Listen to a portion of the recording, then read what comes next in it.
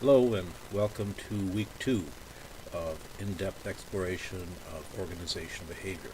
I'm your professor, Dr. Greg Parsons, and this is simply a short overview of what we're going to be doing in week number 2. There'll be a discussion post, but more importantly, I want you to pay attention to the upcoming paper that will be due in week 3, the taxonomy on various management approaches.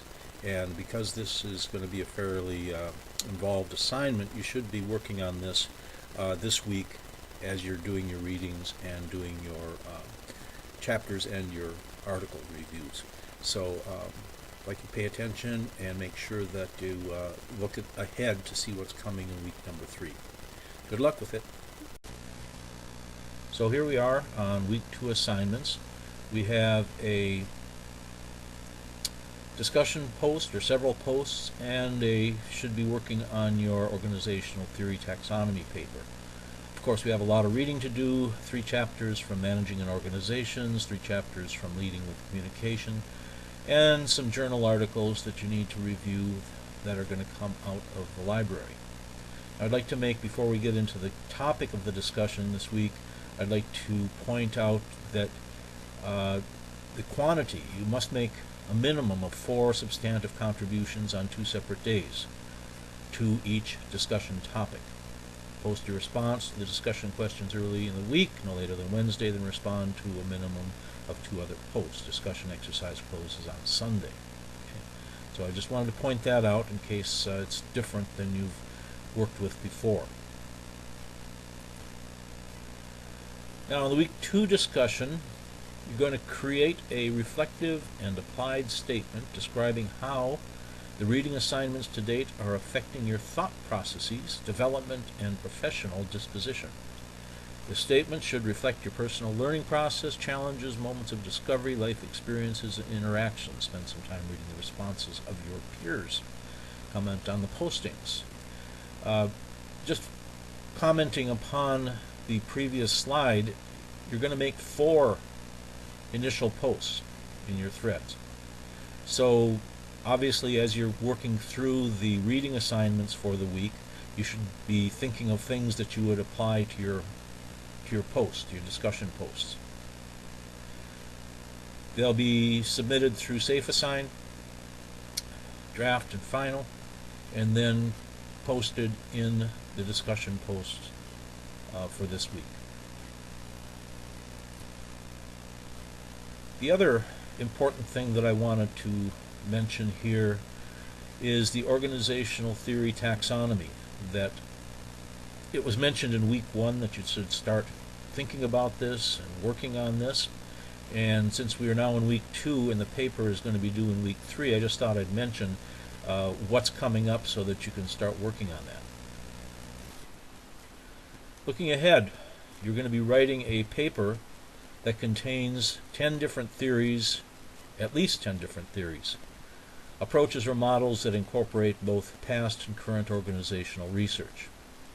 So what this paper is going to do is have 10 different sections, each with a particular theory that has been developed in the past or is currently being used that deals with organization and management.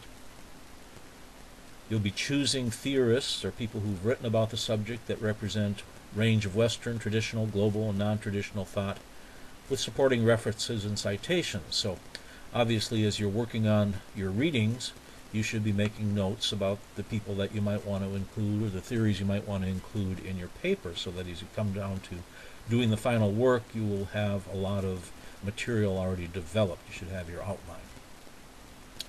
Each of the 10 categories or parts of the paper that you'll be working with will have a title and the theorist's name, the title of the theory, and who developed it, a general description of the theory, how the theory is used when it's applied, and any other attributes that you find significant about the theory. It might be useful, for example, to compare and contrast theories. So the keys to success in week number 2 assignments is, first of all, and this applies to all your writing, You need to use outside references. You need to be using those journal articles. You need to go to the library and find things that support the topic that you're dealing with. The textbook is fine, it supplies a basis, but textbooks are only one source of information that represents the author's viewpoints of that particular textbook.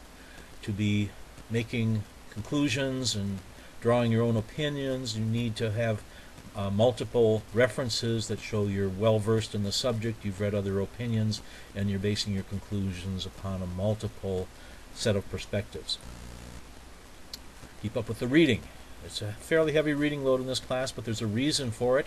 We're preparing you for, as I mentioned in the first point, a wide variety of opinions about these subjects. And if you wait to do your reading just for a particular writing assignment, there will be far too much reading to provide a well-rounded perspective when you come to write about it. You should be working on your taxonomy paper, and that's why I brought it up in this week, even though it's not due until next week. While you're reading your textbook and your articles, you should be keeping notes that will help you prepare your taxonomy paper that's going to be due next week.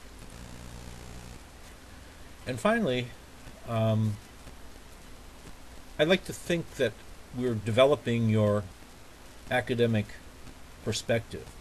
Not just the amount of knowledge you have, not just specific areas, but kind of developing a perspective that allows you to read academically. So when you read journal articles, you're reading it as an academic reads journal articles.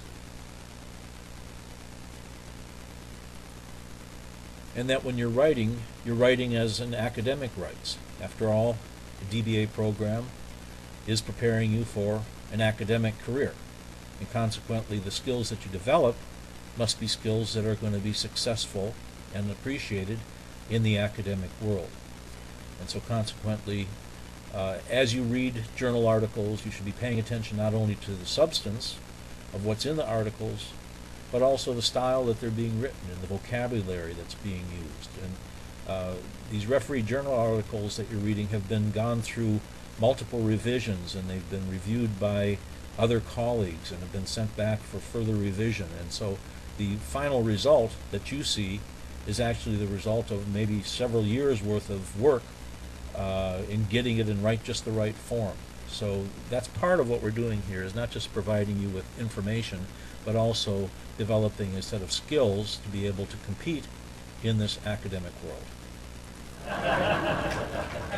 So thank you very much. I hope you have success in this week, and I look forward to hearing from you.